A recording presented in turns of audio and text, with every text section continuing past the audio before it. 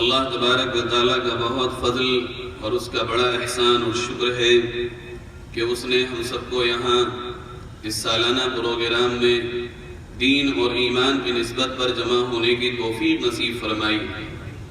دعا کریں کہ اللہ رب العزت ہم سب بہن بھائیوں کے یہاں جمع ہونے کو قبول فرما لے اور اس اجلاس کو ہم سب کے لیے خاص طور پر اور عام طور پر پوری دنیا انسانیت کے لیے رب کریم نجات کا اور ہدایت کا، امن کا اور پیار کا ذریعہ بنا دے۔ میرے بھائیوں، اللہ تبارک و تعالیٰ نے قرآن کریم میں صاف اعلان فرما دیا کہ دنیا میں جتنے بھی مذاہب ہیں، جتنے بھی لوگ مذہبوں کو ماننے والے ہیں، اللہ کے نزدیک تو صرف ایک مذہب ہے، ان الدین عند اللہ الاسلام۔ صرف اللہ کے نزدیک تو مذہب اسلام ہے، اس کے علاوہ کوئی اور مذہب اللہ کو نہ پسند ہے اور نہ اللہ کا دیا ہوا ہے۔ دوسری آیت میں اللہ نے فرمایا وَمَن يَبْتَغِ غَيْرَ الْإِسْلَامِ دِينًا، جو بھی اسلام کے علاوہ کسی مذہب کو قبول کرے گا یا اس کی تلاش میں لگے گا یا اس کی راہ لے گا فَلَن يُقْبَلَ مِنْهُ، دنیا والے اس کو کتنا ہی پسند کیوں نہ کریں، دنیا والے اس کو کتنا ہی بھلا کیوں نہ سمجھیں، دنیا والے اس کو کتنا ہی اچھا کیوں نہ کہیں، اور ساری دنیا مل کے ایک طرف اس کی تعریفوں میں لگ جائے فَلَن يُقْبَلَ مِنْهُ، لیکن اللہ رب العزت کے یہاں وہ قبولیت تک نہیں پہنچے گا۔ وَهُوَ فِي الْآخِرَةِ مِنَ الْخَاسِرِينَ، اور جس نے اسلام کے علاوہ راہ لی، جس نے اسلام کے علاوہ اپنا راستہ اپنایا، جس نے مذہب اسلام سے اپنا منہ موڑا، جس نے مذہب اسلام کے علاوہ کوئی اور رخ اختیار کیا، اللہ تبارک و تعالیٰ کی طرف سے کلام پاک میں صاف اعلان ہے کہ وہ گھاٹے میں ہے، وہ نقصان میں ہے، وہ لوس میں ہے، اسے کوئی فائدہ دنیا میں ملے یا نہ ملے لیکن آخرت میں ملنے والا نہیں ہے۔ میرے بھائیو، اسلام اتنی بڑی نعمت ہے اللہ تبارک و تعالیٰ کی کہ اس کائنات میں اگر مذہب اسلام نہ ہوتا تو انسانوں کو جینے کا شعور ہی نہ آتا، اگر مذہب اسلام نہ آتا تو انسانوں کو انسانیت کا درس ہی نہ ملتا، اگر اللہ مذہب اسلام پیارے نبی محمد الرسول اللہ صلی اللہ علیہ وسلم کے ذریعے ہم تک نہ پہنچاتا تو ہمیں ماں کی، باپ کی، بیٹے کی، بیٹی کی، بہن کی، بھائی کی، پڑوسی کی، اپنے کی، پرائے کی، کسی کی کوئی تمیز نہ ہوتی۔ اسلام وہ مذہب ہے جس نے بڑوں کو بڑا بتایا، چھوٹوں کو چھوٹا بتایا، بڑوں کے اپنے حقوق بتائے، چھوٹوں کے اپنے حقوق بتائے، چہار جانب اسلام نے جینا سکھایا۔ میرے بھائیو، اسلام ایک ایسا خوبصورت گلدستہ ہے جس میں امیر بھی آتا ہے، جس میں غریب بھی آتا ہے، جس میں کالا بھی آتا ہے، جس میں گورا بھی آتا ہے، جس میں محل والا بھی اور جس میں چھپر والا بھی، جس کے ہاتھ میں دولت کے خزانوں کی چابیاں ہوں وہ اسلام میں آ کے سمانا چاہے، اسلام اپنی چادر کے اندر اس کو بھی لے لیتا ہے، اور جس کے ہاتھ میں کچھ نہ ہو سوائے کاسہ گدائی کے اس کو بھی اسلام اپنے سینے سے لگا لیتا ہے۔ اسی لیے پیارے نبی صلی اللہ علیہ وسلم کے ذریعے جو مذہب مجھے ملا، جو آپ کو ملا، جو اس دنیا کے سارے انسانوں کے لیے آیا، قُلْ يَا أَيُّهَا النَّاسِ إِنِّي رَسُولُ اللَّهِ إِلَيْكُمْ جَمِيعًا، پیارے نبی صلی اللہ علیہ وسلم سے اللہ تبارک و تعالیٰ اس بات کا اعلان کرا رہا ہے، اے میرے محبوب، آپ کہیے میں دنیا کے سارے انسانوں کا رسول بنا کے بھیجا گیا ہوں۔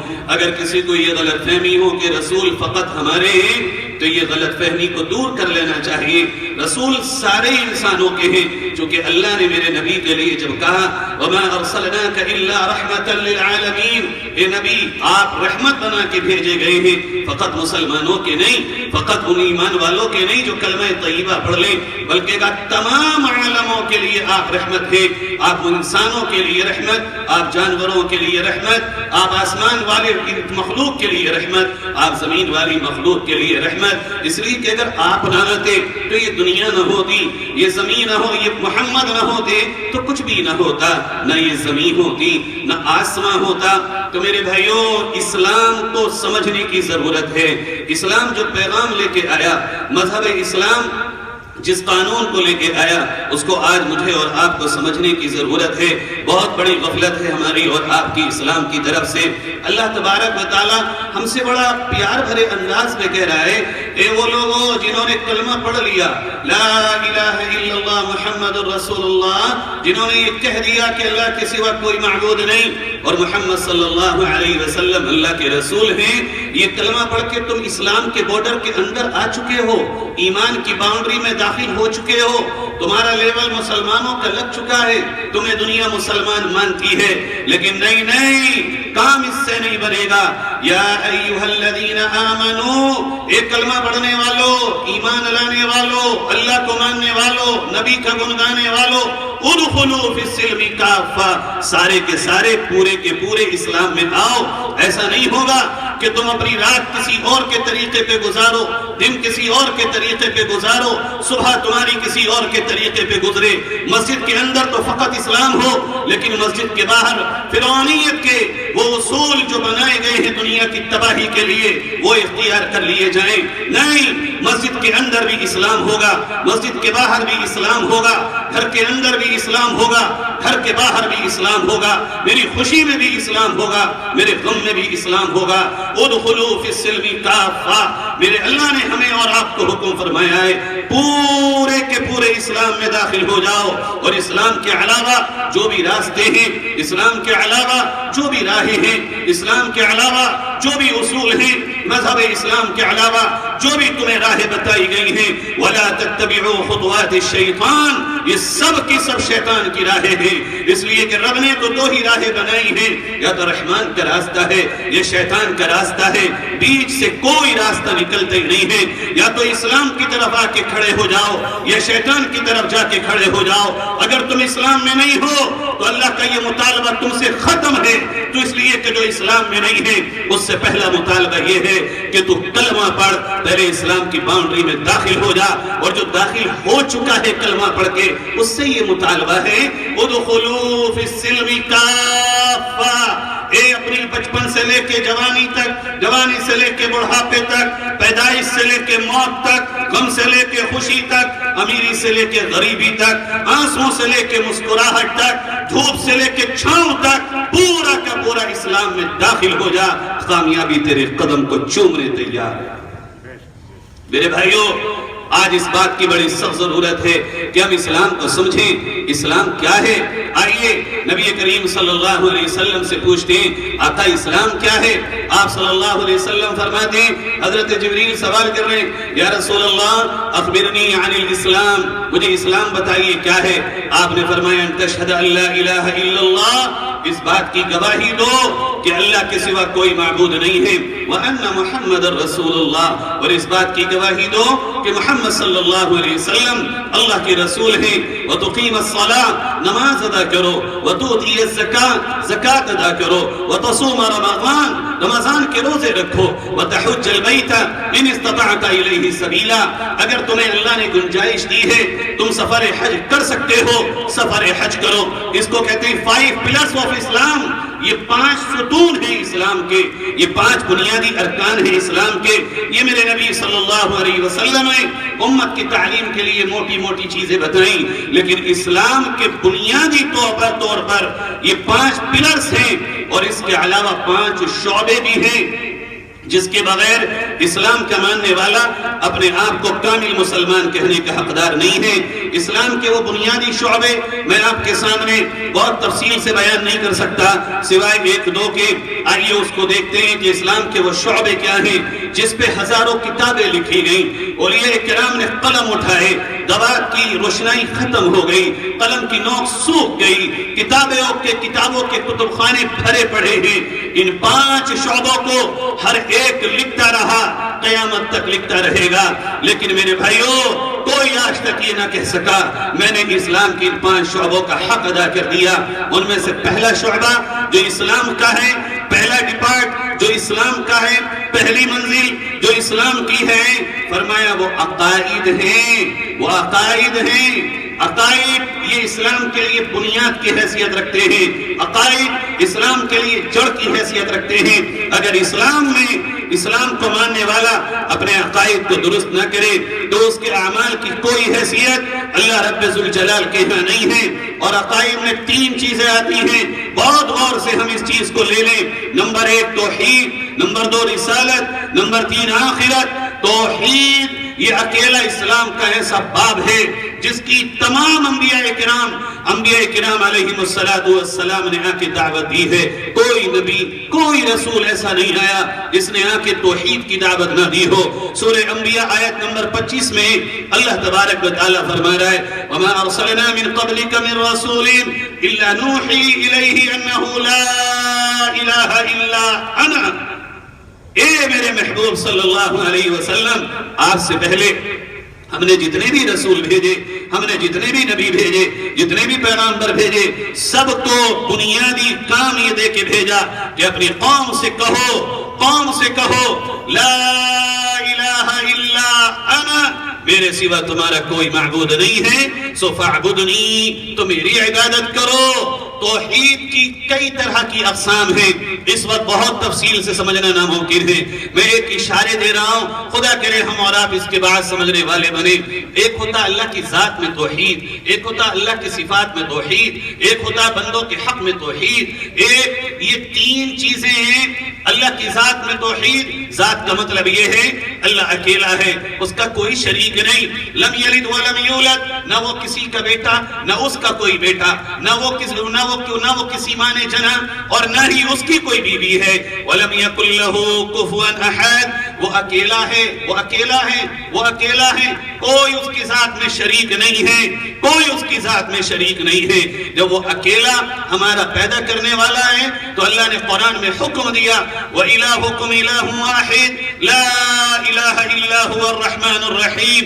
سنو، وہ اکیلا رب العالمین ہے، وہی تمہارا معبود ہے، اس کے سوا کسی کی عبادت نہ کرنا، عبادت میں کسی کو شریک نہ کرنا، سجدہ فقط اللہ کو کرنا، کسی اور کے آگے پیشانی کو جھکا نہ دینا، اس لیے کہ تم جس کے پاس بھی جاؤ گے وہ اللہ نہیں ہو سکتا۔ لَيْسَ كَمِثْلِهِ شَيْءٌ، اللہ جیسا کائنات میں کوئی نہیں ہے۔ ڈھونڈ لو، زمین میں ڈھونڈو، آسمان میں ڈھونڈو، صحراؤں میں ڈھونڈو، بیابانوں میں تلاش کر لو، پہاڑوں میں، کوساروں میں، اور ان کی چٹانوں میں اور چوٹیوں میں جا کے دیکھو، لَيْسَ كَمِثْلِهِ شَيْءٌ، کوئی تمہیں اللہ جیسا نہیں ملے گا۔ پیارے نبی صلی اللہ علیہ وسلم کے ذریعے اللہ نے اعلان فرمایا کل، اے کالی کملی والے اپنی امت سے کہو انما هو الہ واحد، اللہ ایک ہے، سو اس کی عبادت کرو، سو اس کی عبادت کرو۔ فَإِلَٰهُكُمْ إِلَٰهٌ وَاحِدٌ فَلَهُ أَسْلِمُوا، اللہ کہہ رہا میں ہوں تمہارا اکیلا معبود، سو میرے سارے کے سارے تابعدار بن جاؤ۔ ذات میں اللہ کے کوئی شریک نہیں ہے، اسی طرح میرے بھائیوں اللہ کی صفات میں بھی کوئی شریک نہیں ہے۔ اللہ اپنی صفات میں اکیلا، اس کی صفات میں بھی کسی کو شریک نہیں کیا جا سکتا۔ اللہ نے کہا سورہ روم آیت نمبر 40 میں اللہ الذی، کون ہے اللہ؟ اللہ الذی، کون ہے رب؟ اللہ الذی، وہ ہے تمہارا رب، خلقکم، جس نے تمہیں پیدا کیا، ثم رزقکم، تمہیں روزی روٹی پہنچائی ماں کے پیٹ کے اندر، تمہیں کھلایا بھی، تمہیں پالا بھی، تمہیں آکسیجن بھی دیا، تمہارے سارے انتظامات بھی کیے، ثم یحییکم، وہی تمہیں زندگی بھی دیتا ہے، ثم یمیتکم، وہی تمہیں موت بھی دے گا۔ پیدا کرنے والا وہ اکیلا۔ اللہ نے قرآن کی دوسری آیت میں کہا ان الذین تدعون من دون اللہ لن يخلقوا ذبابا ولو اجتمعوا لہ، اے سنو، اللہ کے علاوہ ساری دنیا اگر مل کے اکٹھی ہو جائے تو اکٹھی ہو کر بھی ایک مکھی پیدا نہیں کر سکتی۔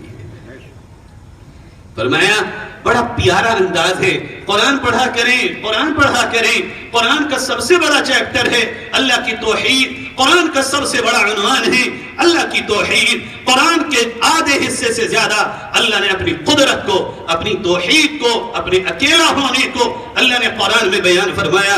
فرمایا میں پیدا کرنے والا، میں روزی دینے والا، میں موت کا مالک، میں زندگی کا مالک۔ هل من شرکائکم من یفعل من ذلکم من شیء، لاؤ دنیا میں تم کس کو لاؤ گے جو تمہاری اس ایک چیز کو بھی پورا کر سکے، مرے ہوئے کو زندہ کر دے، جس کے حلق سے اللہ لقمہ جانا بند کر دے تم اس کے حلق میں پانی کا ایک قطرہ ڈال سکو، اگر کوئی مر جائے تم زندہ کر سکو، اور اگر کوئی زندہ ہو تم اپنی طبیعت سے مار سکو، نہیں، ان اللہ لہو ملک السماوات والارض یحیی و یمیت، آسمان و زمین کا وہ ایک اکیلا بادشاہ ہے، مارتا بھی وہ ہے، چلاتا بھی وہ ہے، اس کی ان صفات میں بھی کوئی شریک نہیں ہے۔ فرمایا اے لوگو حل من خالق غیر اللہ، کہ اللہ کے علاوہ تمہیں کوئی پیدا کرنے والا ہے، یرزقکم من السماء والارض، سورہ فاطر آیت نمبر 3، اللہ کہہ رہا کوئی ہے جو اللہ کے علاوہ تمہیں پیدا کرنے والا ہو، جو اس کے علاوہ تمہیں کوئی ایک رزق کا آسمان و زمین سے ٹکڑا بھی دے سکے۔ اور غور کرو، ان اللہ فالق الحب والنوى، تم کھیتوں میں دانے کو ڈالتے ہو، دانے پہ زمین کی تہ بچ جاتی ہے، اور پھر اس میں سے کلہ نکالنے والا، اس نازک سے کلے کے ذریعے زمین کو پھاڑنے والا، زمین سے پھاڑ کے اس کلے کی پرورش کرنے والا، پھر اس میں بالی بنانے والا، پھر اس میں دودھ کے دانے ڈالنے والا، اور دودھ کے دانوں کو دھوپ سے سکھا کے مضبوط کرنے والا، اور پھر اس کو کاٹ کے تمہارے گھروں میں پہنچانے والا کون ہے تمہارے رب کے سوا؟ اس لیے فرمایا والذین تدعون من دونی ما یملکون من قطمیر، یہ یقین بنا لو کہ اللہ کے سوا کھجور کی ایک گٹلی کے چھلکے کا بھی کوئی مالک نہیں ہے۔ وہ جب دینے پہ آئے گا، اللہ نے میرے آقا سے اعلان فرمایا، اے میرے حبیب ذرا ان سے بتاؤ اپنی امت کو، قل افرأیتم ما تدعون من دون اللہ، ارے لاؤ میرے نبی کہہ رہے مجھے دکھاؤ، ان ارادنی اللہ بضر هل ہن کاشفات ضرہ، اللہ کے نبی میرے آقا سرور کونین صلی اللہ علیہ وسلم کہہ رہے لاؤ مجھے دکھاؤ، اگر اللہ مجھے کوئی نقصان پہنچانا چاہے کون ہے دنیا میں جو محمد کے اس نقصان سے محمد کو بچا سکے؟ اللہ قرآن میں نبی سے اعلان کرا رہا ہے، ان ارادنی اللہ بضر هل ہن کاشفات ضرہ او ارادنی برحمت هل ہن ممسکات رحمتی۔ اے دنیا والو آنکھیں کھولو، اگر اللہ محمد کو کوئی رحمت، کوئی نفع، کوئی بھلائی پہنچانا چاہے، لاؤ کون ہے جو اللہ کی آنے والی بھلائی کو مجھ سے روک سکے؟ اسی کو سورہ فاتر آیت نمبر 2 میں اللہ نے کہا ما یفتح اللہ للناس من رحمت فلا ممسک لها وما يمسك فلا مرسل له من بعدی، اللہ جس کو پہنچانا چاہے گا کوئی روکنے والا نہیں ہے، جس سے روکنا چاہے گا اسے کوئی پہنچانے والا نہیں۔ اس لیے فرمایا اللہ ہی ہے جو اپنی ذات میں اکیلا، صفات میں اکیلا، اور بندوں کے جو حقوق ہیں ان میں بھی وہ اکیلا ہے۔ بندوں پر جیسا حق پروردگار عالم کا ہے، مجھ پہ آپ پہ ایسا کسی کا حق نہیں ہے۔ فرمایا اے میرے بندو اللہ کا حق ہے، اسی کی تعریف کرو، لہ الحمد فی الاولی والآخرہ، اللہ ہی ہے جس کی تعریف دنیا میں بھی ہوگی آخرت میں بھی ہوگی۔ فللہ الحمد رب السماوات ورب الارض رب العالمین وله الكبریاء فی السماوات والارض وهو العزیز الحکیم، اللہ ہی ہے جو تعریف کا حقدار ہے، اللہ ہی ہے جو آسمانوں کو آسمان اور زمین اور تمام جہان کو پالنے والا ہے، اللہ کے سوا کوئی نہیں ہے جو اللہ جیسی تعریف کا حقدار ہو۔ اے بندو اللہ کی تعریف کیا کرو، اللہ کی تعریف کے زبان، اللہ کی تعریف کے کلمات زبان پہ رکھا کرے۔ فرمایا اللہ ہی سے ڈرو، اللہ کے علاوہ کسی سے نہ ڈرو، فلا تخشوا الناس واخشون، قرآن کہتا ہے لوگوں سے نہ ڈرو، اس لیے کہ لوگ تمہارا کچھ نہیں بگاڑ سکتے۔ اللہ جب نفع پہنچانے پہ آئے گا پہنچ کے رہے گا، نقصان کرنے پہ آئے گا نقصان ہو کے رہے گا۔ فلا تخشوا الناس، لوگوں سے نہ ڈرو، واخشون، اللہ سے ڈرو۔ آج اس کا الٹا ہو گیا، اللہ کا ڈر نہیں ہے لوگوں کا ڈر ہے۔ فرمایا وہ لوگ جو اللہ سے نہیں ڈریں گے، لوگوں سے ڈر کے چھپ چھپ کے گناہ کریں گے، کل قیامت میں جب یہ آئیں گے تو اللہ تبارک و تعالیٰ ان کے منہ سے سڑے ہوئے خون اور پیپ کو نکالے گا قبر سے اٹھتے ہوئے، اور اسی حالت میں یہ اللہ کے دربار میں پیش ہو۔ فرمایا اللہ سے دعا کرو، اس کے علاوہ کسی سے دعائیں نہ کرو، لہو دعوت الحق، قرآن کہہ رہا ہے اللہ ہی سے مانگنا ہے، اللہ کے علاوہ لا يستجیبون لهم بشیء، کوئی تمہاری دعا کو نہیں قبول کر سکتا۔ وہی ہے اکیلا پروردگار عالم جو تمہاری دعا کو سنے گا، اللہ ہی ہے عطا کرنے والا۔ کہیں جا کے منتیں نہ مانو، للہ ملک السماوات والارض یہب لمن یشاء اناسا ویہب لمن یشاء ذکور او یزوجہم ذکرانا واناثا ویجعل من یشاء عقیما. کہ اللہ ہی تو ہے آسمان کا بادشاہ، زمین کا بادشاہ. وَلَهُ الْحُكْمُ وَإِلَيْهِ تُرْجَعُونَ. لَهُ الْأَمْرُ، اسی کا حکم چلتا ہے، اسی کا فیصلہ چلتا ہے. فَإِذَا قَضَىٰ أَمْرًا فَإِنَّمَا يَقُولُ لَهُ كُن فَيَكُونُ. وہ جو فیصلہ کرتا ہے وہ ہو کر رہتا ہے. اللہ غنی، وہ بے نیاز ہے، اسے تمہاری میری کوئی ضرورت نہیں ہے. قُلِ ادْعُوا الَّذِينَ زَعَمْتُم مِّن دُونِ اللَّهِ لَا يَمْلِكُونَ مِثْقَالَ ذَرَّةٍ فِي السَّمَاوَاتِ وَلَا فِي الْأَرْضِ وَمَا لَهُمْ فِيهِمَا مِنْ شِرْكٍ وَمَا لَهُ مِنْهُمْ مِنْ ظَهِيرٍ. اسے کسی کی کوئی ضرورت نہیں ہے اور کسی کی کوئی مدد کی حاجت نہیں ہے. وَأَنْتُمُ الْفُقَرَاءُ، تم قدم قدم پہ اللہ کے محتاج ہو. وہ چاہے کسی کو اکیلے لڑکے دے دے، وہ چاہے کسی کو اکیلی لڑکیاں دے دے، وہ چاہے تو اناسوں ذکرانا و اناسا دونوں دے دے، وہ چاہے تو کسی کو کچھ بھی نہ دے، بانجھ بنا دے. یہ سارے کام اللہ تبارک و تعالیٰ کرتا ہے. کہ اے اللہ کے بندو، ایمان میں جب تک توحید کا مزہ نہ ہو وہ ایمان اللہ کے یہاں قابل قبول نہیں ہے. اللہ قرآن میں کہتا ہے وَمَا يُؤْمِنُ بِاللَّهِ وَمَا يُؤْمِنُ أَكْثَرُهُمْ بِاللَّهِ إِلَّا وَهُمْ مُشْرِكُونَ. یہ کیسے ایمان والے ہو تم؟ کلمہ بھی پڑھتے ہو، اللہ کے ساتھ شریک بھی ٹھہراتے ہو. تم کیسے ایمان والے ہو؟ تم اللہ کو مانتے بھی ہو اور اس کے ساتھ شرک بھی کرتے ہو.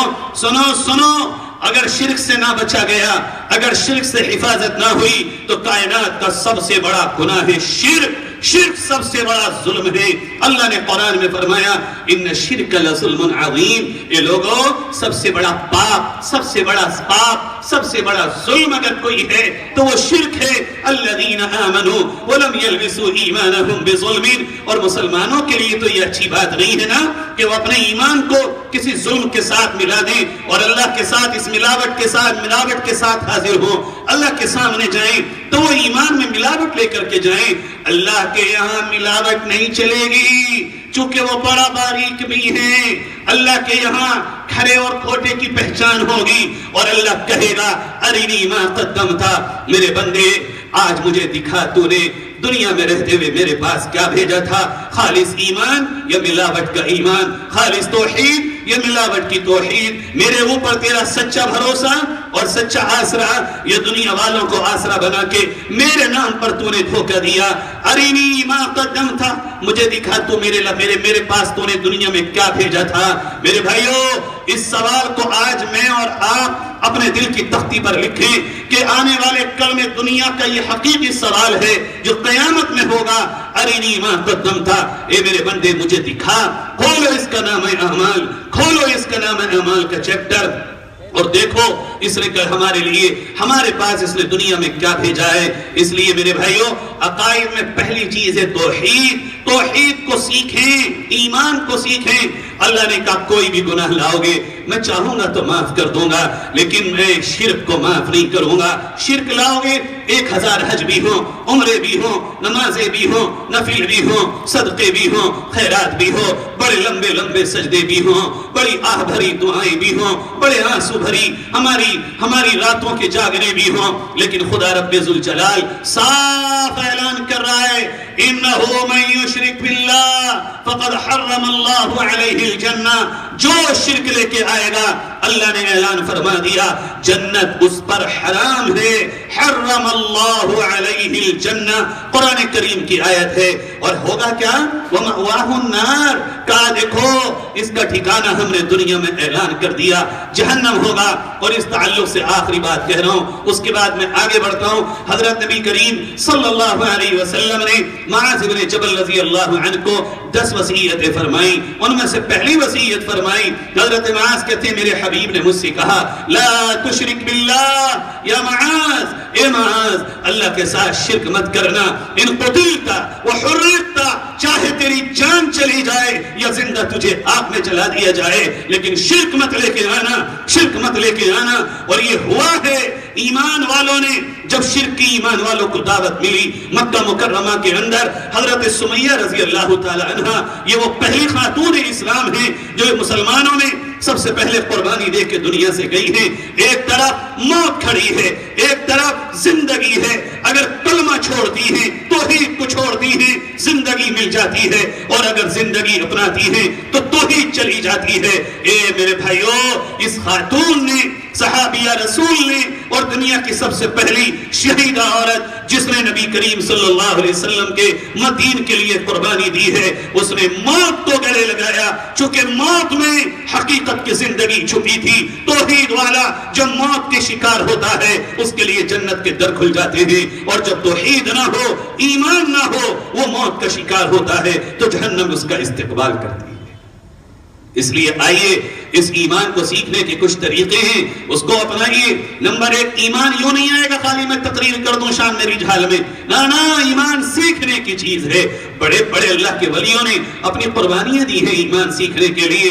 ایمان اقرار باللسان و تصدیق بالقلب, زبان سے اللہ کو ماننا, نبی کو ماننا, آخرت کو ماننا, لیکن حقیقت میں زبان سے ماننا تو ہے ہی ہے, لیکن یہ جو دل ہے نا, دل, میں کہا کرتا ہوں اکثر کہ دیکھو ایموشنلز جہاں اٹیچ ہوں گے وہاں مال بھی لگے گا, جان بھی لگے گی, وقت بھی لگے گا. یہ دل جہاں ہوگا وہاں ہم ہوں گے. اگر دل اللہ سے جڑے گا, اگر دل کلمے سے جڑے گا, اگر دل ایمان سے جڑے گا, اگر دل نبی سے جڑے گا, تو جان بھی وہی لگے گی, مال بھی وہی لگے گا, وقت بھی وہی لگے گا, قربانیاں بھی وہی لگے گی. آج ہمارے دل کی کیفیت کوئی ذرا ڈاوا ڈول ہے. اس کو سنبھالنے کے لیے 4 کام کر لیں. نمبر 1, اللہ تبارک و تعالیٰ کی نشانیاں جو قدرت کے اعتبار سے ہیں, فرمایا ان میں غور کیا کریں. ایمان بڑھتا ہے. سنوریہم آیاتنا فی الآفاق وفی انفسہم, کال اللہ کی قدرت کو دیکھو, اور قدرت کا نمونہ اے انسان سب سے بڑا تو ہے. تو اپنے آپ میں غور کر لے, تجھے خدا پر ایمان سمجھ میں آ جائے گا. بچپن سے لے کے آخر تک اپنی زندگی پہ غور کر لے. میں اگر اس پر بات کروں بہت لمبی بات ہو رہی ہے. فرمایا دوسرا ایمان سیکھنے کا طریقہ یہ ہے کہ تم نبی انبیاء کے واقعات پڑھو. فرعون کے ساتھ حضرت موسیٰ کے واقعات, حضرت ابراہیم کے نمرود کے ساتھ واقعات, حضرت یونس کا مچھلی کے پیٹ میں رہنا, حضرت ایوب کی تکلیف کا واقعہ, حضرت یوشع, حضرت اسماعیل, حضرت اسحاق, حضرت یعقوب, حضرت یوسف, حضرت سلیمان, حضرت داؤد, حضرت عیسیٰ, اور خود میرے آقا محمد رسول اللہ صلی اللہ علیہ وسلم کے وہ واقعات پڑھو کہ جو قرآن میں اور احادیث میں بیان کیے گئے ہیں. وہاں تم اللہ کی قدرت کو دیکھو گے, نبیوں کے اور نبیوں کے ساتھ رہنے والوں کے ایمان کو دیکھو گے. الایمان یزید و ینقص, تمہارا ایمان بھی اسے دیکھ کے ضرور بڑھے گا. فرمایا نمبر 3, وہ صحابہ کے واقعات جس میں اللہ کی غیبی مدد ہوئی ہے ان کو سنا کریں, ان کو پڑھا کریں, اس سے ایمان بنتا ہے, ایمان بڑھتا ہے. اور فرمایا نمبر 4, وہ احادیث جو ایمان والی ہیں, اختلاف والی مت پڑھنا. اختلاف والی احادیث کو تم ہاتھ نہ لگانا, یہ علماء کا کام ہے. یہ ابھی ہمارے مشہور شاعر مداح رسول اظہر صاحب یہی کہہ رہے تھے کہ بکھر چکے ہیں.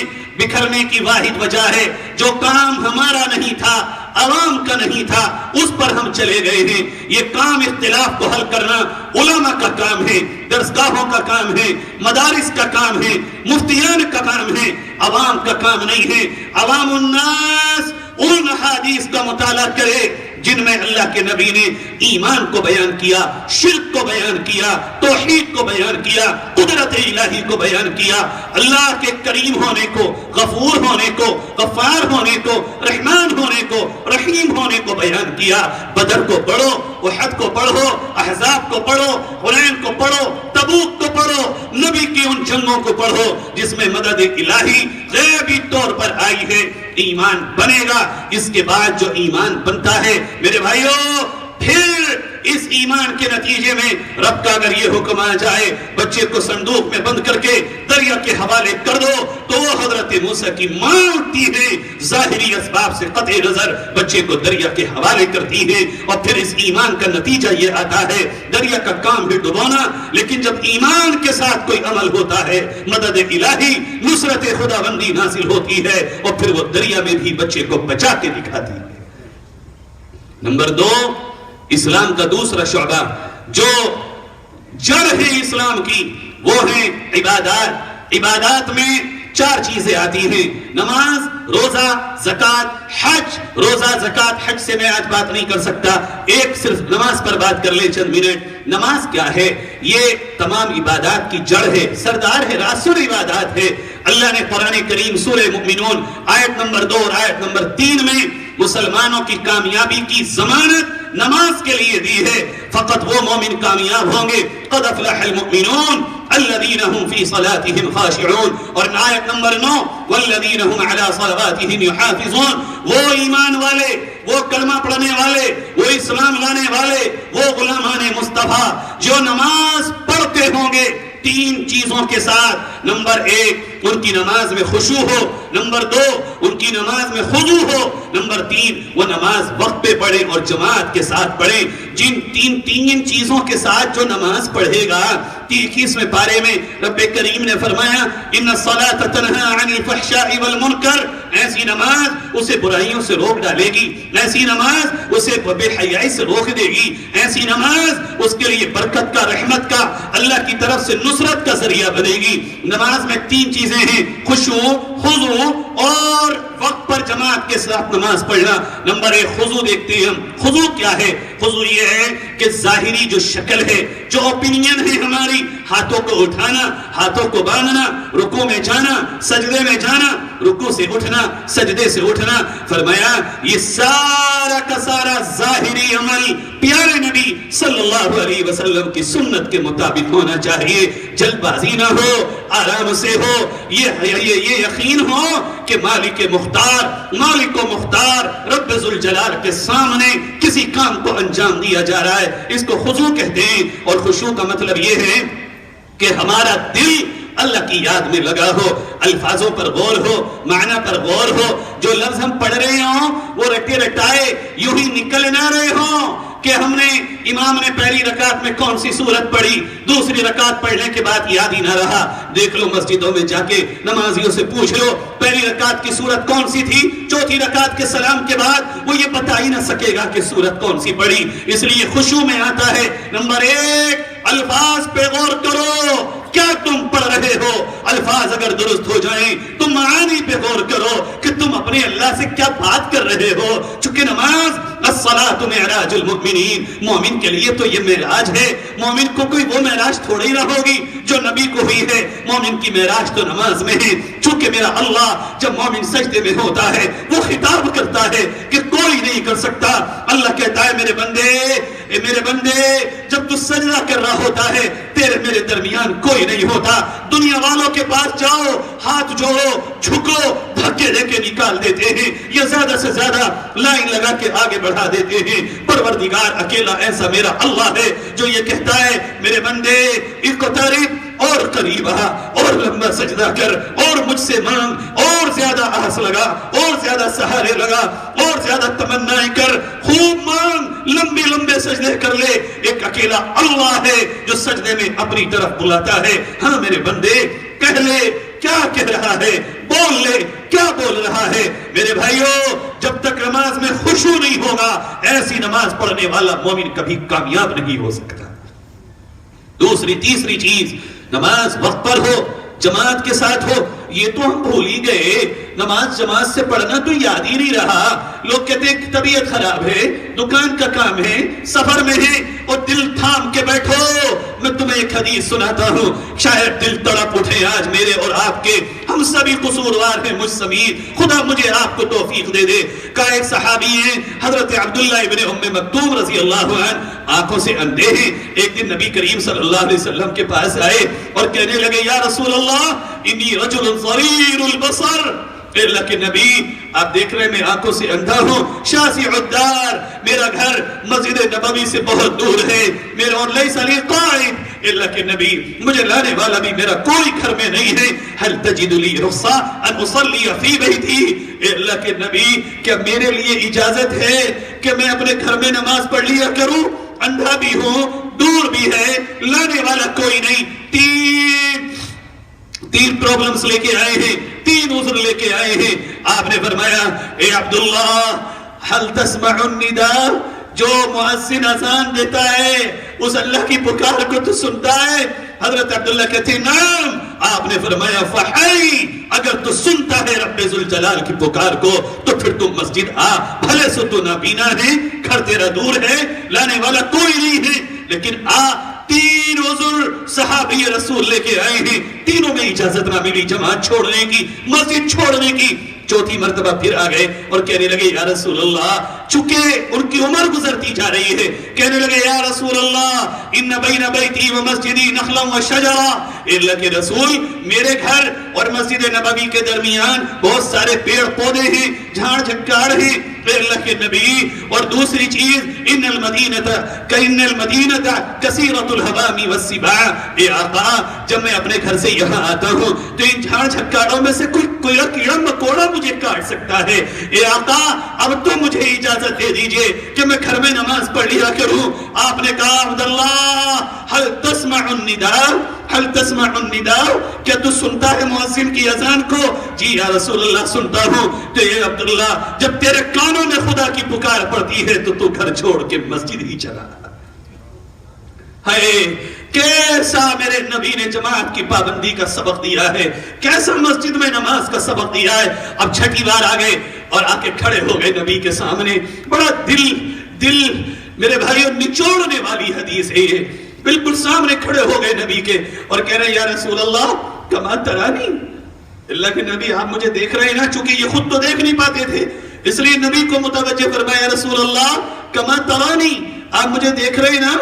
آپ نے فرمایا کہ یا رسول اللہ قد ذهب بصری ودبر سنی ورق عظمی، اے اللہ کے نبی آنکھیں تو پہلے چلی گئی تھی، اب بوڑھا بھی ہو گیا، ہڈیاں بالکل کمزور پڑ گئی ہیں، هل تجد لی رخصہ ان اصلی فی بیتی، اے اللہ کے نبی اب تو اجازت ہے نا میں گھر میں نماز پڑھ لوں؟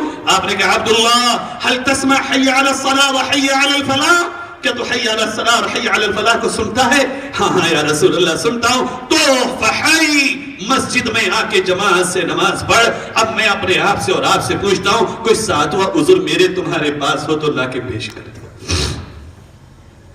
جماعت چھوڑنے کے لیے، نماز کو وقت سے مؤخر کرنے کے لیے، قضا کرنے کے لیے کوئی چھٹا عذر اگر کوئی امتی کے پاس ہو تو وہ اللہ کے سامنے بیان کرنے تیار ہو جائے۔ میرے بھائیوں، نبی کریم صلی اللہ علیہ وسلم کے یہ صحابی نماز پڑھتے رہے اسی حالت میں اور اجازت نہ ملی۔ اے ہٹے کٹے مسلمان نوجوان، اچھے روڈوں پہ چلنے والے نوجوان، اچھی گاڑیاں رکھنے والے نوجوان، کل تو مدینے کی سڑکیں پتھریلی تھی، کوئی سواری نہ تھی، تیرے پاس تو ہر طرح کی سہولت موجود ہے، تیرے پاس سائے کے لیے چھاتا موجود ہے۔ یہ بتا کہ کل یہ نابینا صحابی اگر تیرا گریبان بروز محشر رب ذوالجلال کے سامنے پکڑ کے کہنے لگے اللہ ذرا حساب سے پہلے میری بھی سن لیجیے، یہ تیرے نبی کی وہ امت ہے جنہوں نے نام تو اپنے عبداللہ رکھے تھے، نام تو انہوں نے محمد رکھے تھے، لیکن میرے محمد نے تو مجھے جماعت سے نماز پڑھنے سے رکنے کی اجازت نہ دی تھی۔ یہ تو وہ ہیں جو جوانی میں جوان ہونے کے باوجود اپنے گھروں میں بیٹھے رہتے تھے اور ایئر کنڈیشن میں سوتے رہتے تھے، پھر بھی نماز کو نہ آتے تھے۔ کوئی جواب ہوگا میرے آپ کے پاس؟ میرے بھائیوں، دوسری حدیث میں آپ کو سناتا ہوں، شاید یہ حدیث بھی میرے آپ کے لیے، میری آپ کی زندگی کے بدلنے کا ذریعہ بنے۔ حضرت پیارے نبی صلی اللہ علیہ وسلم فرماتے ہیں نماز کی پابندی کتنی بڑی چیز ہے۔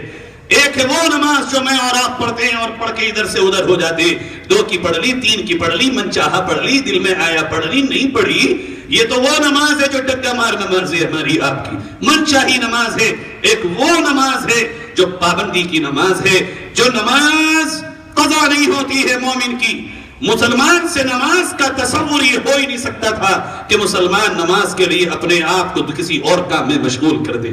مسلمان کی زندگی نماز کے ارد گرد گھومتی ہے، ہم مسلمان کے علاوہ ہر ایک کی زندگی دنیا کے ارد گرد گھومتی ہے، لیکن مسلمان کی زندگی فقط نماز کے ارد گرد گھومتی ہے۔ وہ رات کو سوئے گا، فجر کی نیت لے کے فجر پڑھے گا، کاموں میں لگے گا، ظہر اس کا ٹارگیٹ ہوگی، ظہر پڑھے گا، کھانا کھائے گا، عصر اس کا مقام ہوگا، عصر پڑھے گا، چائے پیے گا، مغرب اس کی منزل ہوگی، مغرب پڑھے گا، پھر اپنے امور سے فارغ ہوگا، عشاء اس کے دن و رات کی وہ ایک مقام ہوگا جب وہ موت کے آغوش کے مانند نیند میں جا رہا ہوگا۔ میرے بھائیوں، پیارے نبی نے فرمایا من حافظ علیہا، جو نماز کی پابندی کرے گا نا، کیا ملے گا اس کو؟ ارے دنیا تو ملے گی مقدر کی، لیکن اس قیامت کے دن میں جب آؤ گے، محشر کے دن میں جب آؤ گے، جہاں اندھیرا ہوگا کوئی اجالا نہ ہوگا، اللہ تبارک و تعالی آقا فرما رہے ہیں نماز کی پابندی کرنے والے کو کانت لہو نورا، روشنی عطا فرمائے گا، نورہم یسعی بین ایدیہم وبایمانہم، آگے اور پیچھے اس کے یہ روشنی چل رہی ہوگی، وبرہانا، نماز کی پابندی کرنے والے کو اللہ دلیل عطا فرمائے گا، وَنَجَاتًا يَوْمَ الْقِيَامَةِ اے نجات من النار، اور اللہ نماز کی اس طرح سے پابندی کرنے والے کو جہنم سے آزادی کا پروانہ تھا باطل کا۔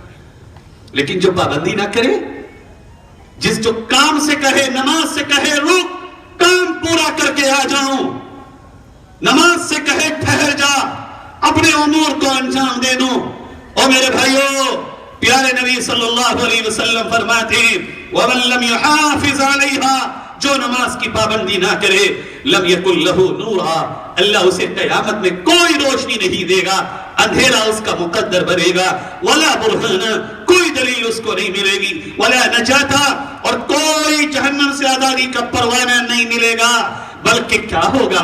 اللہ میری حفاظت کرے، تمام امت کی حفاظت کرے۔ آقا کہہ رہے ہیں وہ جو من چاہی نماز پڑھنے والا ہے، وہ جس نے کبھی دو پڑھی کبھی نہیں پڑھی، وہ جس کا من نماز میں لگتا ہی نہیں ہے، وہ جو نماز کا پابند ہی نہیں ہے، وَكَانَ يَوْمَ الْقِيَامَةِ مَعَ قَارُونَ وَفِرْعَوْنَ وَهَامَانَ وَأُبَيِّ بْنِ خَلَف، وہ آئے گا قیامت کے دن، یا تو وہ فرعون کے ساتھ کھڑا ہوگا، یا قارون کے ساتھ کھڑا ہوگا، یا حامان کے ساتھ کھڑا ہوگا، یا وہ اس بدبخت کے ساتھ جس نے میرے نبی کے پھول جیسے چہرے پہ تھوکا تھا، ابی بن خلف کے ساتھ کھڑا ہوگا۔ میرے بھائیوں زیادہ تفصیل کا موقع نہیں ہے، اب میرا آپ کا اپنا کام ہے کہ نبی کے ساتھ کھڑے ہونا چاہتے ہیں قیامت میں، یا پھر ان چار اللہ کے دشمنوں کے ساتھ کھڑا ہونا ہے۔ میرے نبی نے کہا میری امت کے لوگوں، مجھ پہ تم پہ کتنے احسانات ہیں جانتے ہو، اور میں اپنی طرف سے ایک بات کہہ رہا ہوں میرے بھائیوں، میرے نبی کے جتنے احسانات خدا کے بعد مجھ پہ آپ پہ ہیں، میرے ماں باپ کے بھی نہیں ہیں۔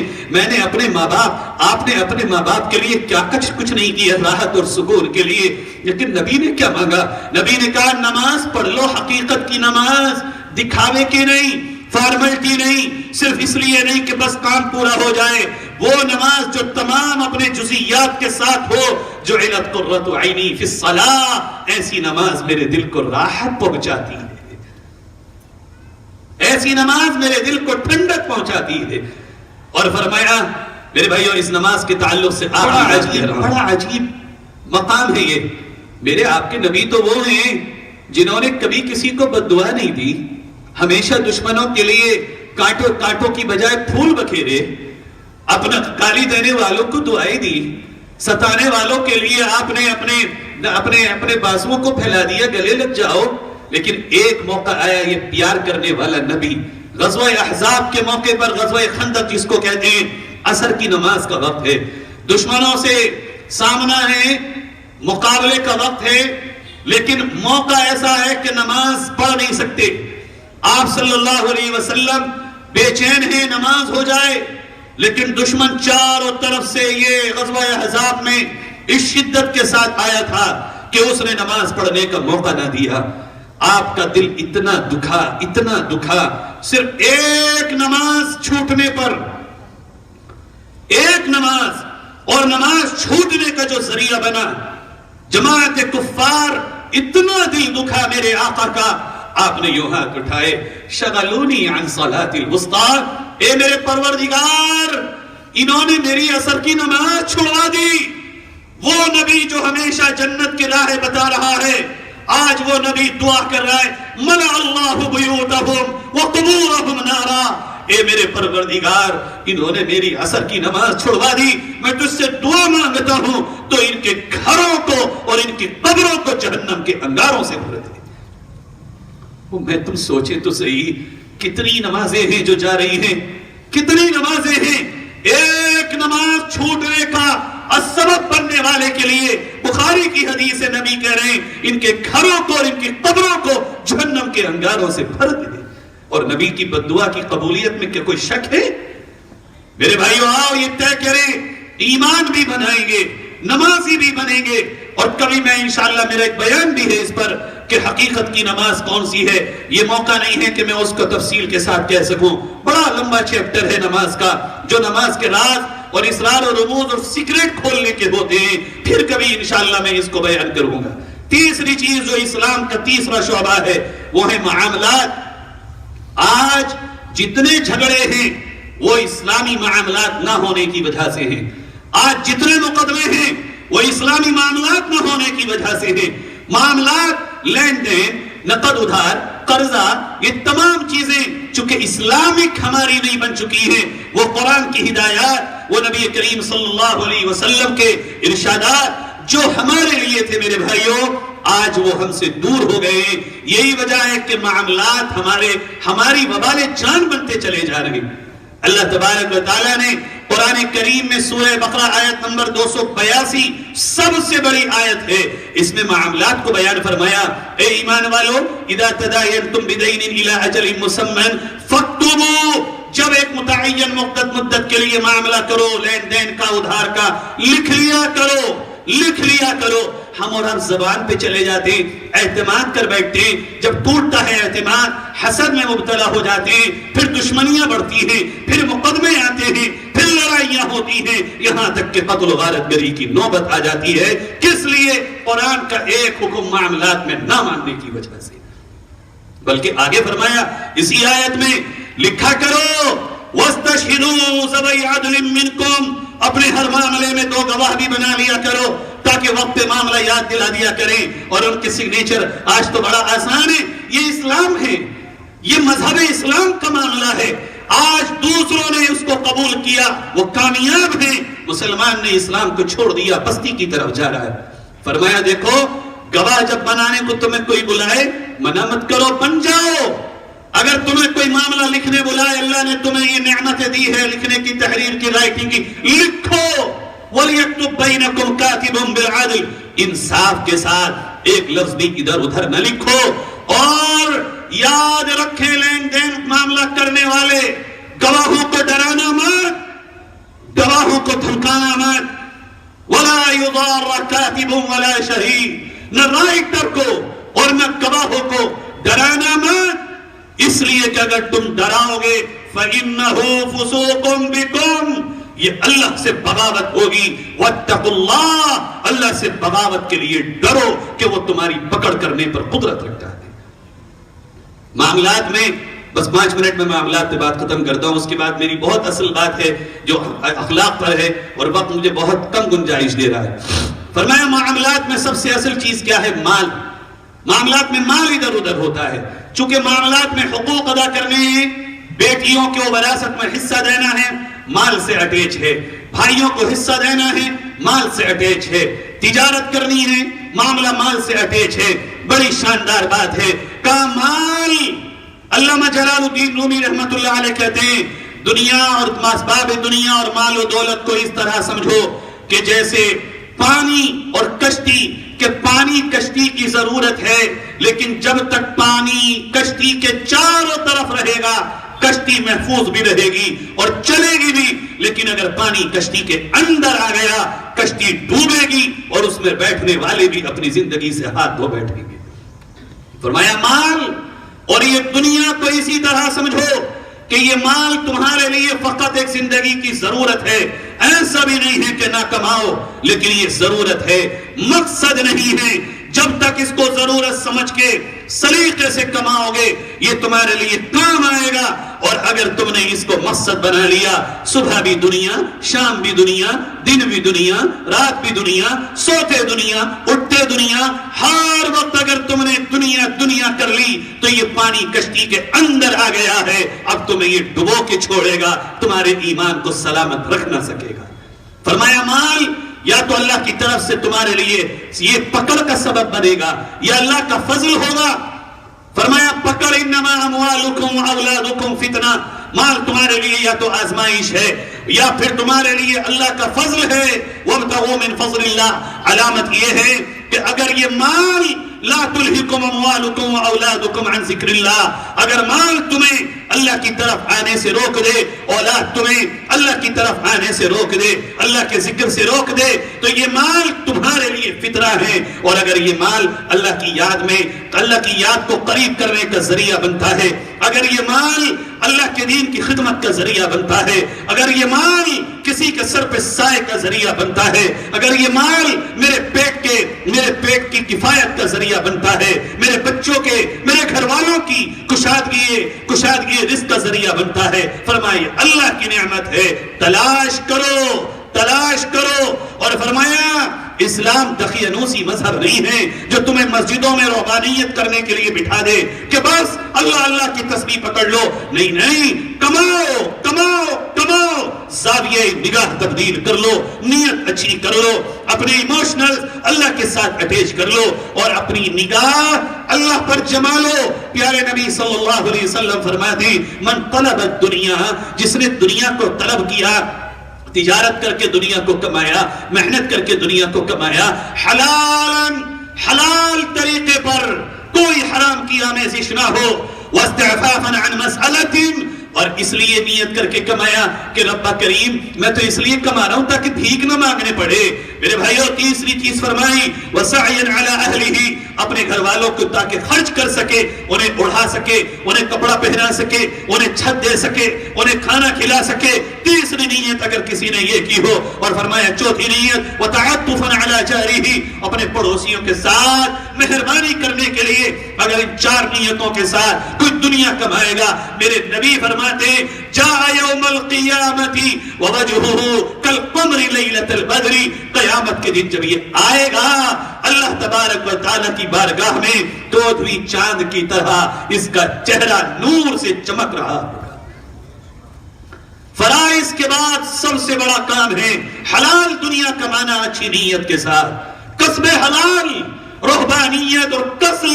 میرے آقا نے اس کی مذمت فرمائی ہے کہ تم بیٹھ جاؤ اور بیٹھ کے فقط بھروسہ کرو، حرک کما طاقت لک، جتنا تم سے ہو سکتا ہے یوں بھی ٹرائی، کوشش کرو اور پھر کہو میرے اللہ ہم تجھ پہ بھروسہ کرتے ہیں، جتنا ہم کر سکتے تھے فجر سے ظہر تک کر لیا، اب ظہر میں آ کے تیرے سامنے سر کو ٹیک دیا۔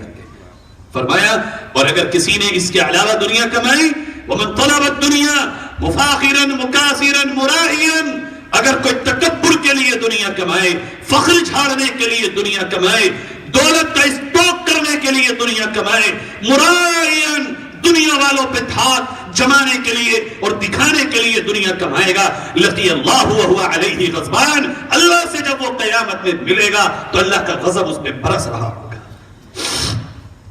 یہ ہے میرے بھائیوں، تاجروں سے کہنا چاہتا ہوں، مال والوں سے کہنا چاہتا ہوں، حقوق ادا کرو۔ قارون سے بڑی دولت میرے تمہارے پاس نہیں ہے، یاد رکھو دولت کبھی عزت کا سبب بن نہیں سکتی ہے، اگر عزت ملتی تو قارون دنیا کا سب سے بڑا عزت والا ہوتا۔ حقوق ادا کریں، اگر باپ مر جائے بہنوں کو حصہ دو، اگر ماں کا انتقال ہو جائے شریعت کے مطابق تقسیم کرو اور مہربانی کا معاملہ کرو چھوٹوں پر، حق نہ بھی بنتا ہو تو، چونکہ چھوٹے تم سے آس لگائے ہوتے ہیں، بڑا اگر چھوٹے پہ شفقت کا ہاتھ نہیں رکھے گا تو چھوٹے کہیں بے لگام نہ ہو جائیں اور گھر ٹوٹ نہ جائیں، یہ معاملات کی درستگی نہ ہونے کی وجہ سے ہوتا ہے۔ دو حدیثیں اور اس کا ترجمہ سنا کے چوتھی چیز بیان کرتا ہوں۔ پیارے نبی صلی اللہ علیہ وسلم نے فرمایا اے تاجروں کی جماعت، اللہ نے 10 برکتیں رکھی ہیں، 9 برکتیں تجارت میں ہیں اور 1 برکت ہے دوسرے کام میں۔ 9 برکتیں ہیں تجارت میں۔ مسلمان تجارت اس لیے کرتے تھے گزرے ہوئے کل میں کہ وہ تجارت کے راستے سے کبھی انڈونیشیا میں، کبھی ملیشیا میں، کبھی چائنا میں، کبھی روم میں، کبھی فرانس میں، کبھی دنیا کے الگ الگ گوشوں میں جا کے وہ تجارت بھی کرتے تھے، دین کی دعوت بھی دیا کرتے تھے۔ فرمائے اے تجارت تاجروں کی جماعت، اگر تم دو چیزیں کر لو، اپنی زندگی میں داخل کر لو، تو اللہ تمہیں وہ مقام دے گا کہ بڑے بڑے حاجی نمازی تمہیں دیکھتے رہ جائیں گے۔ ارے بھئی بات بھی تو ہے نا، میں خالی بیٹھا ہوں، اگر میں جا کے پوری ظہر کی 12 رکعت پڑھ لوں تو میرے لیے کیا بڑی بات ہے۔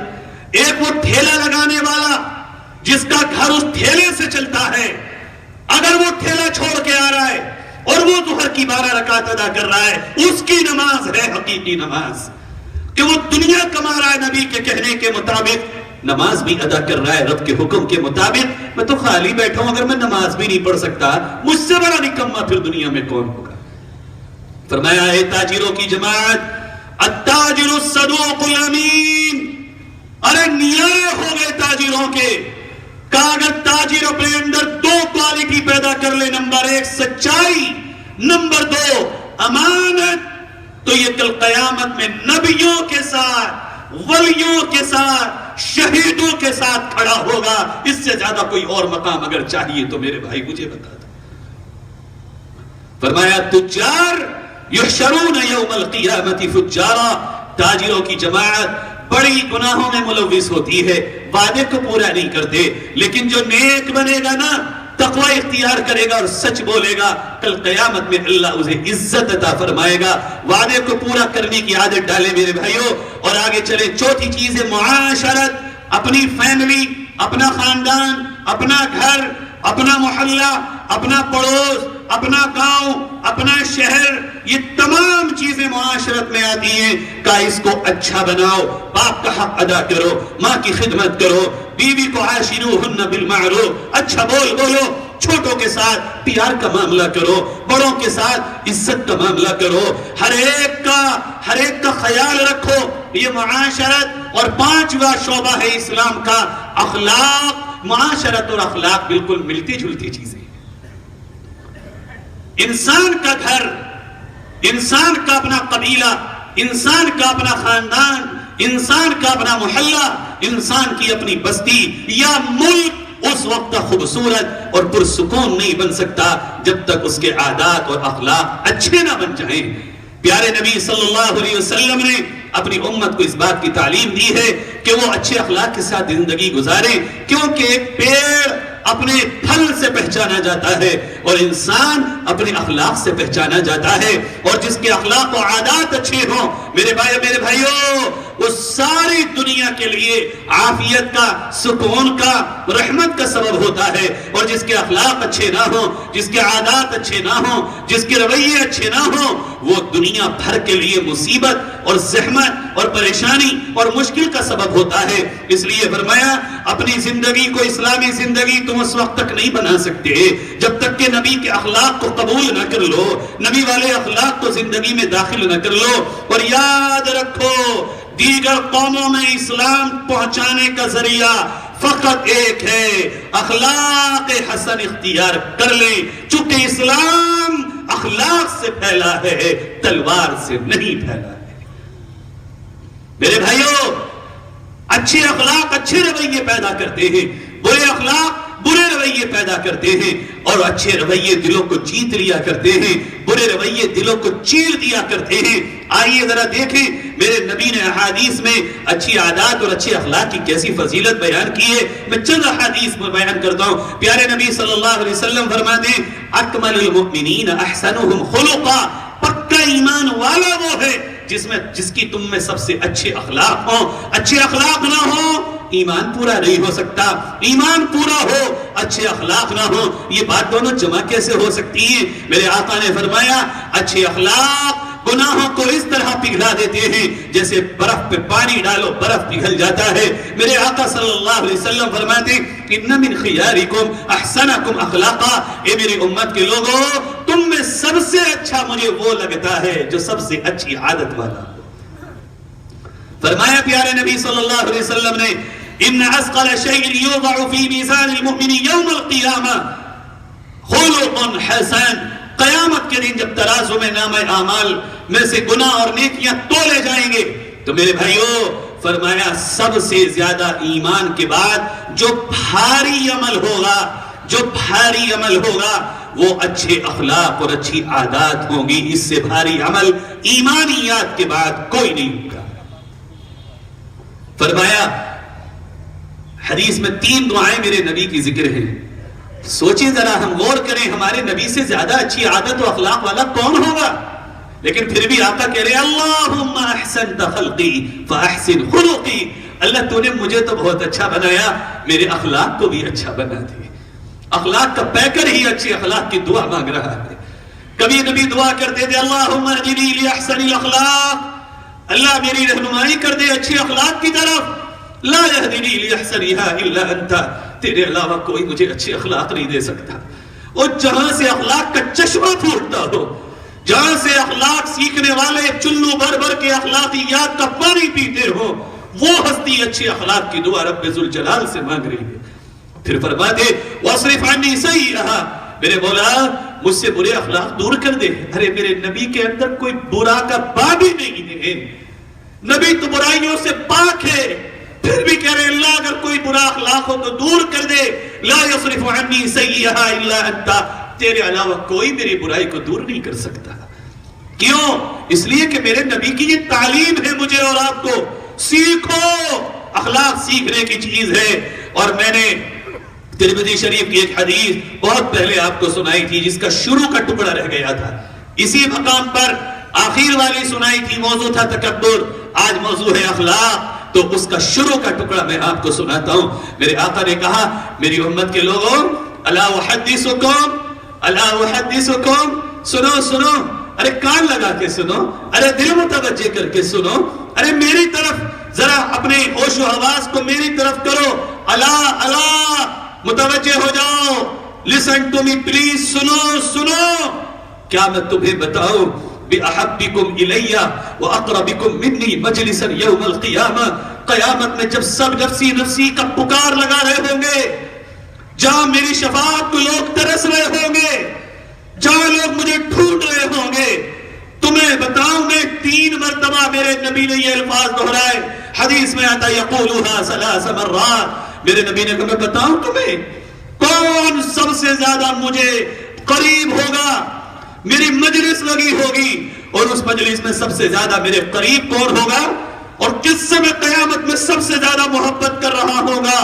پیارے نبی صلی اللہ علیہ وسلم فرماتے ہیں جس کے اخلاق سب سے اچھے ہوں گے وہی میرے نزدیک محبوب بھی ہوگا اور قیامت میں میرے قریب بھی ہوگا. اس سے بڑی سوغات کیا ہوگی. پیارے نبی فرماتے ہیں اربع فیک فلا علیک ما فاتتک من الدنیا, اگر 4 چیزیں تجھے مل گئی دنیا میں تو تجھے پھر دنیا کی کسی چیز کا غم نہ کرنا چاہیے.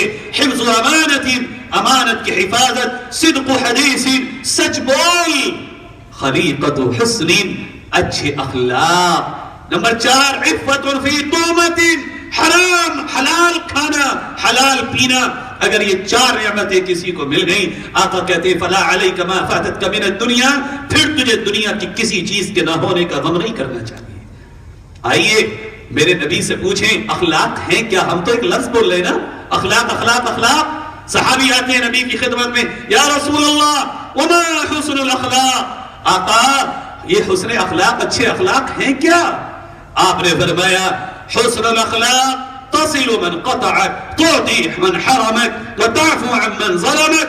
جو تجھ سے رشتہ توڑے تو اس سے جوڑ لے, جو تجھے نہ دے اور جب تو دینے کے قابل ہو جائے اس کو بھی دے جس نے تجھے نہ دیا, اور جو تجھ کو ستاتا ہو, جو تجھ پر ظلم کرتا ہو تو اس کو معاف کر دے. یہ اخلاق حسن ہیں, یہ نبی کے اخلاق ہیں. میرے نبی نے کر کے دکھایا. ایک غزوے سے واپسی کے موقع پہ پیارے نبی نے جنگل میں پڑاؤ ڈالا, ایک پیڑ کے نیچے میرے نبی لیٹ گئے, تلوار لٹکا دی. ایک بدو آیا اور آنے کے بعد نبی کی تلوار اٹھائی اور یہ نبی کی کوکھ میں لگایا. نبی اٹھ کے بیٹھے کہنے لگا وہ نبی کریم صلی اللہ علیہ وسلم سے مشرک، من یمنعنی منی، اب بتا محمد تجھے مجھ سے کون بچائے گا؟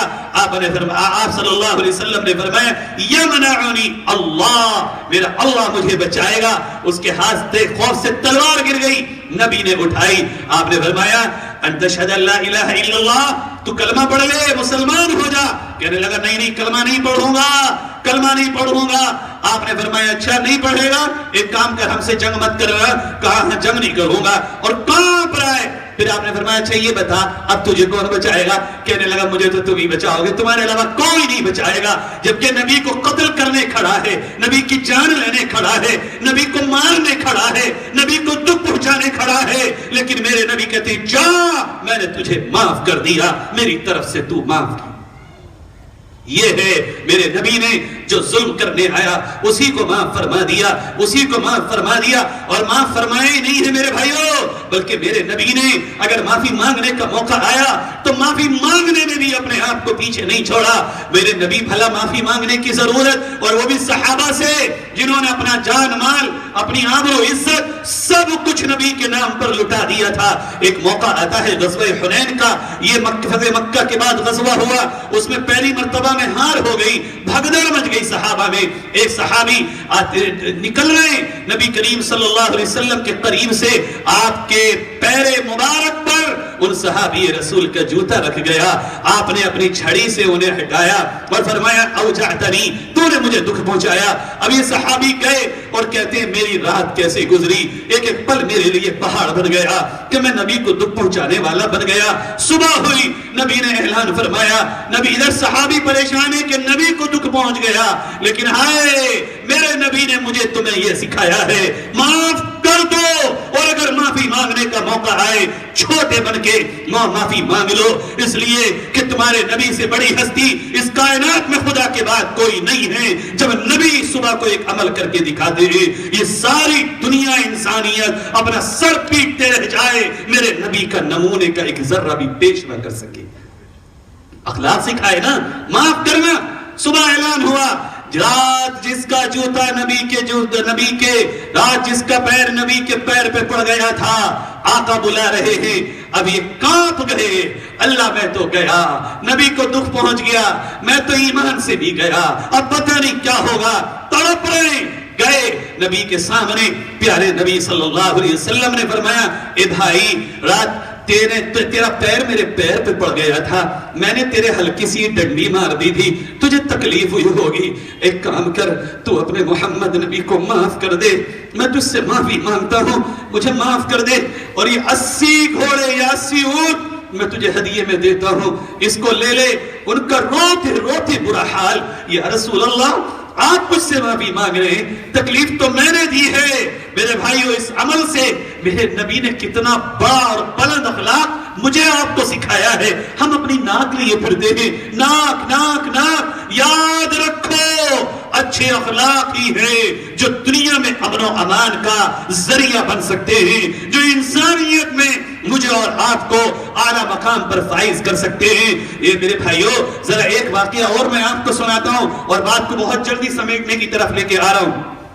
مکہ فتح ہوا، فاتحانہ انداز میں نبی داخل ہوئے، اور مکے میں کون لوگ کھڑے ہیں؟ مکے میں وہ لوگ کھڑے ہیں جو نبی کو نبی کے گھر سے نکالنے والے تھے، نبی کو نبی کے گھر میں ہی کانٹے بچھانے والے تھے، نبی صلی اللہ علیہ وسلم کے سر پہ کوڑا ڈالنے والے تھے، نبی کو کاہن، پاگل، دیوانہ، مجنون، یہ سب الفاظ قرآن نے ذکر کیے ہیں، نبی کو یہ تمام گالیاں دینے والے ہیں۔ نبی نے مکہ فتح کر لیا، طاقت ہاتھ میں آ گئی، اب وہ قوم کھڑی ہے نبی کے سامنے جو نبی کے چہرے کو دیکھ کے بھی ایمان نہ لائی تھی، جو نبی کے معجزہ معراج کو دیکھ کے ایمان نہ لا سکی، نبی کے ہاتھوں سے پانی نکلتے ہوئے دیکھا، ایمان نہ لائی، قرآن کی آیت اترتے ہوئے دیکھی، ایمان نہ لے کے آئی۔ یہ مکے کی مشرک قوم نبی کو دیکھا کہ نبی صلی اللہ علیہ وسلم وہ ہیں جو دشمنوں کو معاف کر رہے ہیں، ایمان نہ لائی۔ میرے بھائیوں، یہ مکے کی مشرک وہ قوم ہے کہ جس نے بدر میں اللہ کی مدد کو دیکھا، احد میں اللہ کی مدد کو دیکھا، نبی کے ساتھ اللہ کی مدد کو اپنی کھلی آنکھوں سے دیکھا، لیکن نبی کے معجزات کو دیکھ کر بھی ایمان نہ لائی تھی۔ ایک ہاتھ بکری کا نبی نے دسترخوان پہ رکھا، 40 لوگوں نے پیٹ بھر کے کھانا کھا لیا، ہاتھ میں سے ایک بھی بوٹی کم نہ ہوئی، پھر بھی یہ مکے کی مشرک قوم نبی پر ایمان نہ لائی۔ لیکن آج میرے نبی صلی اللہ علیہ وسلم کھڑے ہیں کعبے پہ یوں ہاتھ لگا کے اور پوچھتے ہیں اے مکے کے مشرکین بتاؤ اب میں تمہارے ساتھ کیا معاملہ کروں گا۔ سہیل بن عمر کھڑے ہوتے ہیں، اے محمد آپ کریم ہیں، کریم کے بیٹے ہیں، کریم کے بیٹے آپ کے باپ ہیں، ہمیں امید ہے آپ معاف کر دیں گے۔ میرے بھائیو، اس سے زیادہ بڑا اخلاق کا چیپٹر میری نظر میں کوئی سیرت نبوی میں نہیں ملے گا۔ ان لوگوں کو جنہوں نے گھر چھوڑنے پہ نبی کو مجبور کر دیا، نبی نے فرمایا اذهبوا انتم الطلقاء لا تثریب علیکم اليوم، جاؤ میں نے تمہیں سب کو معاف کیا، اے چچا کے قاتلوں تمہیں بھی معاف کیا، گھر سے نکالنے والوں تمہیں بھی معاف کیا، کانٹے بچھانے والوں تمہیں بھی معاف کیا۔ جو نبی کے معجزات کو دیکھ کے کلمہ نہ پڑھ سکتے تھے، ایک نبی کے اخلاق معاف کرنے کے عمل کو دیکھ کے سارے کلمہ پڑھ بیٹھے، سارے کے سارے ایمان میں داخل ہو گئے۔ آج بھی اسی عفو درگزر کو لانا پڑے گا۔ ارے غیروں کو کیا معاف کریں گے؟ اپنے بھائی کو معاف نہیں کیا جاتا، اپنے گھر میں معافی نہیں ہوتی، میاں بیوی معاف نہیں کرتے، ایک دوسرے سے محبت کا معاملہ نہیں کرتے۔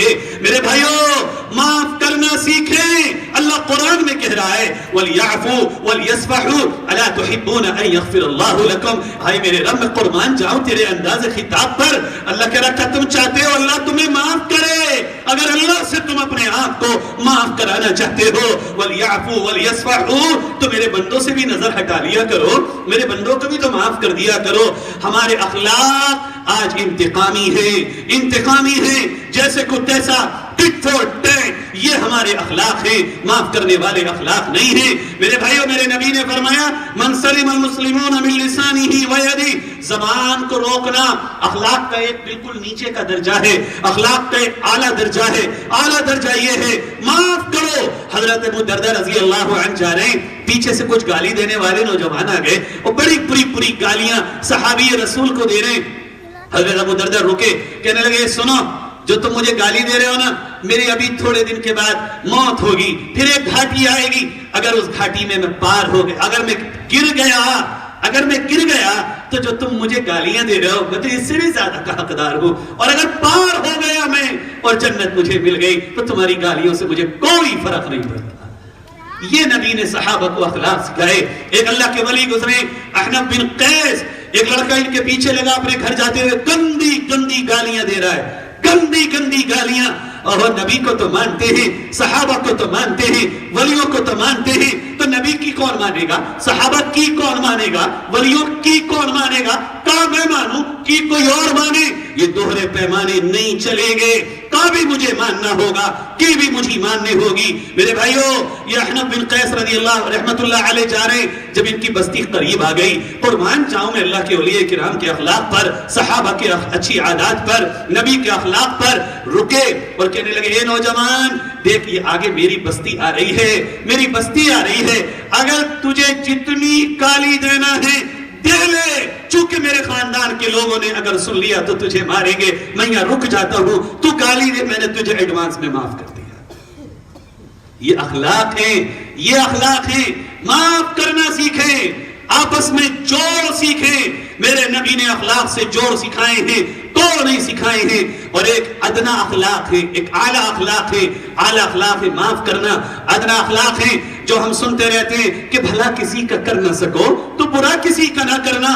یہ اس حدیث کا مفہوم ہے من سلم المسلمون من لسانه ويده، نہ ہاتھ سے نہ زبان سے کسی کو دل نہ دکھاؤ۔ اگر تم کسی کو راحت نہیں پہنچا سکتے ہو بندے خدا کو، تو کسی کا دل بھی نہ توڑو، کسی کا دل بھی نہ دکھاؤ۔ ایک صحابی حضرت ابو دجانہ رضی اللہ عنہ، یہ کون صحابیت پتہ ہے؟ جو بدر میں شریک ہوئے، جو ہجرت کر کے آئے، جو احد میں شریک ہوئے، جنہوں نے احد کے میدان میں نبی کا جھنڈا گاڑا، عشرہ مبشرہ میں سے ہیں، صحابی رسول جن کے لیے جنت کا وعدہ ہے، جنہوں نے نبی کی تلوار کو تھام کے احد میں نبی کی تلوار کا حق ادا کیا ہے۔ اور جب نبی نرغے میں آئے ہیں دشمنوں کے، تو 10 صحابہ نبی کی حفاظت کے لیے کھڑے ہوئے تھے، ان میں سے یہ ایک ابو دجانہ بھی ہیں۔ کیا مقام ہے؟ ابو دجانہ کی تاریخ بیان کروں شام ہو جائے گی، لیکن ایک موقع پر ابو دجانہ بیٹھے اپنے دوستوں کے درمیان اور کہتے ہیں انی ارجا عملی عندی، اے دوستو تمہیں پتا ہے میرے پاس میری بخشش کا کیا عمل ہے. روزہ نہیں، نماز نہیں، حج نہیں، بدر نہیں، غزوہ احد نہیں، یہ تمام چیزیں مجھے اپنے بخشش کا بھروسہ نہیں ہے. ہاں ایک عمل ہے بس جس پہ مجھے یقین ہے اللہ مجھے معاف کر دے گا، اور وہ یہ ہے ما آذیت احدا بلسانی، میں نے کبھی کسی کو اپنی زبان سے دکھ نہیں پہنچایا. صحابی رسول کہہ رہے ہیں وَلَا أَجِدُ فِي قَلْبِي غِلًّا لِأَحَدٍ، اور اپنے دل میں میرے اپنے دل میں کسی کے لیے کوئی دشمنی نہیں ہے، کوئی بغض نہیں ہے، کوئی حسد نہیں ہے. میرا دل بھی پاک ہے، میری زبان بھی پاک ہے. میرے نبی نے فرمایا حضرت معاذ سے، معاذ تجھے دین کا خلاصہ بتاؤں؟ فرمایا یا رسول اللہ بتائیے. آپ نے ہاتھ سے زبان کو پکڑا اور کہا کف ھذا، اس کو روک لے، سارا دین تیرا محفوظ ہو جائے گا. غیبت زبان کا گناہ جو زنا سے بڑھ کے ہے، بھائی کی اس کے پیٹھ پیچھے وہ برائی کرنا جو اس کو برا لگے. نبی نے فرمایا زنا معاف ہو سکتا ہے، غیبت اللہ سے توبہ کر کے معاف نہیں ہوتی کہ یہ بندے کا حق ہے. چغل خوری اس سے بڑا گناہ ہے، کسی کے عیب کو دوسرے کے سامنے اس لیے بیان کرنا کہ وہ اس کو دکھ پہنچا سکے. یہ زبان کے گناہ ہیں، دلوں کو توڑنے میں زبان کا جتنا بڑا دخل ہے کسی اور چیز کا نہیں ہے. میرے بھائیو آخری بات کہتا ہوں اخلاق کے تعلق سے، بہت لمبا چیپٹر ہے، بہت لمبا ہے. آخری بات کہتا ہوں آپس میں اتحاد پیدا کریں، صلح کریں، دلوں کو جوڑنے والے بنے. میرے آقا نے فرمایا اچھے اخلاق کی تکمیل کرتے ہوئے کہ دیکھو جو بھائی اپنے دو بھائیوں کے درمیان صلح کے لیے جائے گا اللہ اس کی مشکلوں کو آسان کر دے گا. اور صلح کرانے کے لیے جو سینٹنس، جو جملے، جو کلمے یہ بولے گا، ہر کلمے پر، ہر سینٹنس پر اللہ رب العزت دلوں کے ملانے کے عمل کی کوشش کی وجہ سے ایک غلام ہر سینٹنس پر ایک غلام آزاد کرنے کا ثواب عطا فرمائے گا. مطلب ہر کلمے پر کم سے کم آج کے دور میں 1 لاکھ تو مانی لوں، 1 لاکھ روپے صدقہ کرنے کا ثواب. اور کہ اگر یہ کامیاب ہو گیا جب وہاں سے واپس آئے گا تو اس طرح آئے گا جیسے ماں کے پیٹ سے آج ہی پیدا ہوا ہے. تمام گناہ اس کے معاف ہو چکے ہوں گے سوائے اللہ کے بندوں کے حقوق کے. میرے آقا نے فرمایا الا اخبرکم بافضل من درجۃ الصیام، من درجۃ الصلاۃ والصیام والصدقہ. اے میرے امت کے لوگوں، نفلی نماز، نفلی روزہ، نفلی صدقے سے بھی افضل کوئی عمل بتاؤں میں تمہیں؟ تم پورا دن ایک آدمی نفل پڑھ لو، پورا دن ایک آدمی روزہ رکھو، پورا دن ایک آدمی صدقے دو. میرے نبی نے کہا اس سے بھی ایک افضل عمل ہے، تم اٹھو اپنے بھائیوں کو دلوں کے ملانے کا عمل شروع کر دو، صلح کرا دو.